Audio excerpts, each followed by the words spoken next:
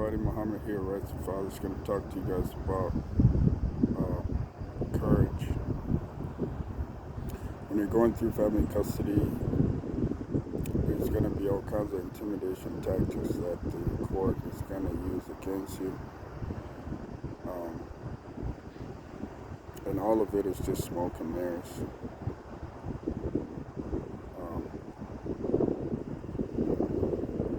Remember, when there's action against you, the burden of proof is upon them. So the only weapon that they have against you is the intimidation tactics. When you're going through a court hearing, the judge will always give you a chance. But if the judge finds out that you don't understand what's going on,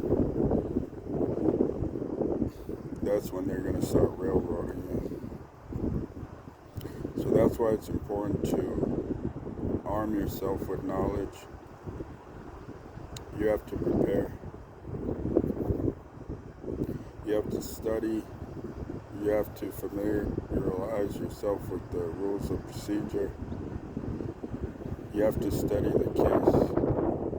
You have to look at the docket sheet to see what paperwork was filed against you. And then what you do is you bring forth your response and present it in an open court. If the judge sees that you're not properly responding, you're not focused on the case, you're not bringing forth your responses to all the documents that are filed against you, he's going to know that you don't know what you're doing, and that's when they're going to start railroading you. But if you stay on course and you actually show up, you present your matter, you have a proper response, the judge will be compelled to work with you. When I'm looking at my past court cases, now I'm starting to understand why the judges did what they did and why they continue to do what they're doing to all the fathers out there. Most fathers that end up in court for family court issues are not familiar with the law or with the rules of procedure. And frankly speaking, it's not the court's duty to educate you. And especially if they see that you don't know your rights, they're not going to safeguard it. So it's incumbent upon you to be prepared before you go to a court hearing. The reason a lot of fathers feel intimidated is because they go to an unknown and a perceived hostile environment. They don't understand the rules of procedure. They don't understand the process. They don't understand how to properly respond. So they get frustrated.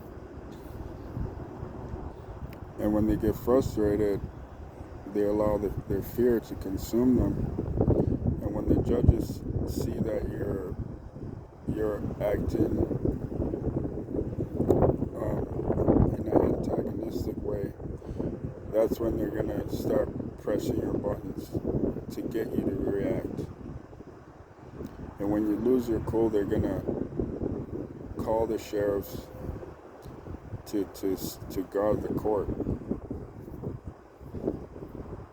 And for all of these reasons, it makes this seem like the court is like some sort of higher authority that's above you. But in actuality, they're your public servants. You're the one that have all the authority. You have more power.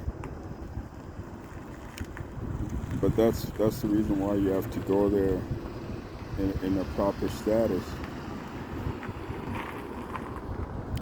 If you go there in the incorrect status, you're automatically in dishonor.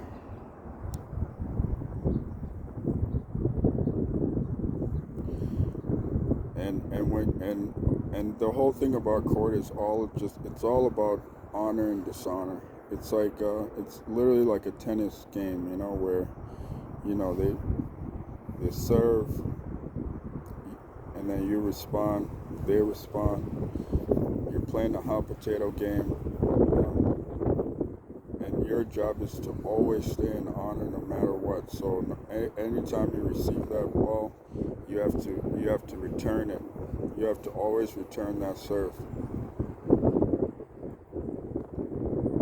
So you must keep this in mind. No matter what, you cannot let the fear consume you. Yeah, it's very intimidating. But is your child worth it? You must always face your fears. And the way you do it is by exercising courage. Courage doesn't mean that you're scared. Courage just means that you acknowledge and respect the fear, but you don't let it consume you. You don't let it sway your goal. If you overcoming a little bit of fear is standing between you and your child's future, are you just gonna succumb to that fear? You must face that fear. You face it head on. You have to go right into their den and make them prove all of their claims. Remember, they're the ones that are trying to remove you from your child. There's some foreign entities that all of a sudden now decide that you shouldn't be involved in your child's life. So you must not succumb to fear. I hope this video helps you. Until next one.